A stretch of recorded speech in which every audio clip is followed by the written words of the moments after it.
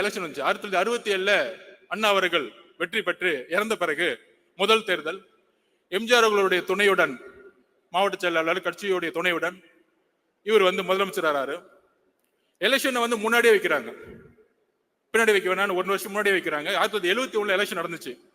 எம்ஜிஆர் அவர்களுடைய போராட்டம், எம்ஜிஆர் அவர்களுடைய பிரச்சாரம், கட்சியுடைய ஒட்டுமொத்த பொதுக்குழு, மாவட்ட செயலாளர் கட்டமைப்பு எல்லாம் திமுக இருக்கு, கலைஞரிடம் இருக்கிறது. பணம் இருக்கு, முதலமைச்சர், ஆட்சி அதிகாரம்.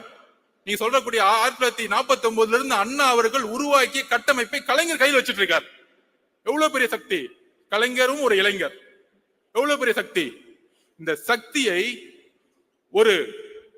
ஒரு துரோகத்தின் அடிப்படையில் எம்ஜிஆர் அவர்களை வெளியே அனுப்புறாங்க. எம்ஜிஆர் வெளியே வரும்போது எந்த மாவட்ட செயலரும் கூட கிடையாது, கட்சி கட்டமைப்பு கிடையாது. தோழர்கள், இதுதான் நீங்க புரிஞ்சுக்கணும். கட்சி கட்டமைப்பு கிடையாது, பெரிய பணபலம் கிடையாது. ஆனால் எம்ஜிஆர் அவர்கள் 1977 ஜெயிச்சு இறக்கும் வரைக்கும் ஜெயிச்சுட்டே இருந்தார். அதுக்கான காரணம் தெரியுமா? கலைஞரிடம் கட்டமைப்பு, பணபலம், அதிகாரம், காவல்துறை எல்லாம் இருந்துச்சு. ஆனா வெற்றி பெற்றதுக்கு காரணம், எம்ஜிஆருக்கான காரணம் ஒன்னே ஒண்ணுதான். எம்ஜிஆரிடம் உண்மை இருந்தது, கலைஞர்களிடம் அநீதி இருந்தது. மக்கள் உண்மையை நம்பினார்கள், மக்கள் உண்மையை நம்பினார்கள்.